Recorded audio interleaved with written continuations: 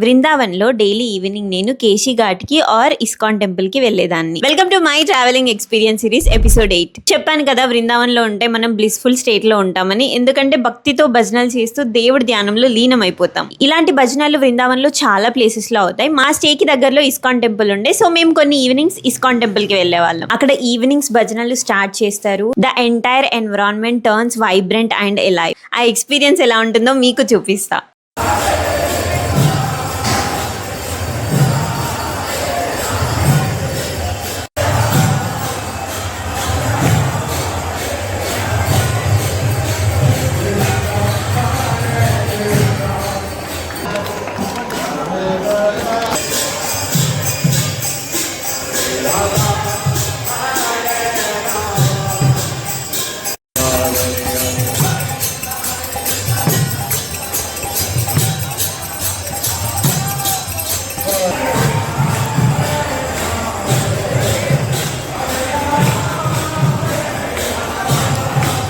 Next ఎపిసోడ్లో యమునా నది తీరాన కేశీ ఘాట్ గురించి చెప్తాను. రాధే రాధే.